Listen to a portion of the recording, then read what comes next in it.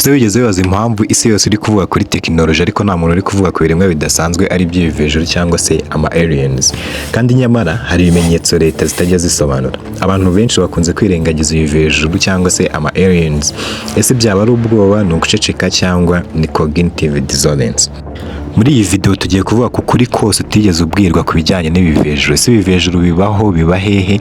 Ese bivugwa ko Amerika yabikoresha ibivejuru byo byaba ari ukuri? Icyo usabwa ni ukanda subscribe, like, share ndetse na comment, ubundi tugatangira. Ikaze kuri channel yanyu, ikaba channel y'abanyarwanda. Hano ni mu bwami bw'ubumenyi ndetse n'amafaranga. You are welcome. Reka duhere, ese ubundi alien ni iki? Ama alien ni ikinyabuzima kidakomoka ku isi, ntibivuze abantu b'icyatsi cyangwa bafite ibyiso binini nk'uko tubibona muri filime za Hollywood. Bishobora kuba ari utunyabuzima duto cyane cyangwa microorganism cyangwa ibinyabuzima bifite ubwenge bwinshi buhambaye burenze ubw'ikiremwa muntu.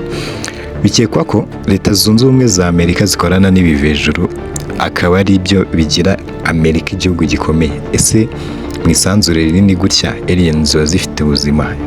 Mu myaka yashize Leta ya Amerika yemeje ko hari ibintu byagaragaye mu kirere batabashije kumenya no gusobanukirwa ibyo bintu ibyo ari byo. Ibyo bintu ari byo byiswe UAP. Abapilote ndetse n'abasirikare bavuze ko bigenda ku muvuduko udasanzwe, bidafite amababa, bidakoresha na moteri zisanzwe. Ikibazo ni ese n'ibyo bintu atari aliens byaba ari ibiki?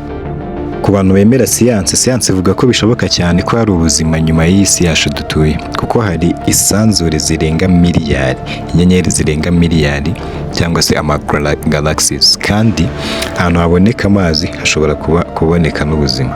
Mars n'indi mibumbe yagaragayemo amazi, bivugwa ko hari imishinga iri gukorwa yo kujya gutura kuri Mars. Uwo mushinga ni uwa Elon Musk, ndabizi wenda wigeze kuwumvaho, ariko ubu nta gihamya ihari y'uko ibivejuru byageze ku isi. Gusa hari abavuga ko leta zihisha ukuri, gutinya ko byahahamura abantu se cyangwa tutari twenyine ku isi. Abandi bakavuga ko ibivejuru ubwabyo bidashaka kutwigaragariza cyangwa se ibivejuru bidufata nk'abantu batarakura mu bwenge, muri make dufite ubwenge buke ugereranije nabyo, akaba ariyo mpamvu bitigaragaza ku isi yacu dutuye. Gusa nubwo bimeze gutyo, hari abandi bemeza ko ibivejuru bitabaho rwose, ibyo byose ari ibinyoma by'abantu bashaka attention cyangwa se kwamamara bitwaje ibivejuru. Ukuri guhari ni uko nta gihamya ifatika y'uko ibivejuru biri ku isi, ariko nanone nta n'ibimenyetso bihari bitemeza ko aliens ziri ku isi, kandi science ivuga ko kutamenya ikintu biba bitavuze ko icyo kintu kitabaho.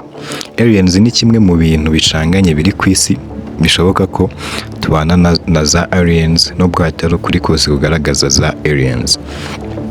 Ikibazo gisigaye, ese isi yiteguye kumenya ukuri guhari kwa nyako koko? Niba iyi video igufashije mu buryo bw'ubumenyi, kanda subscribe, like ndetse na comment, utange n'igitekerezo cyawe muri comment. Ese wowe wemera ko ibivejuru cyangwa se ama aliens bibaho cyangwa ni amabeshyo? Dusangiza igitekerezo cyawe muri comment, utubwire n'impamvu. Ciao ciao, ndabakunda cyane.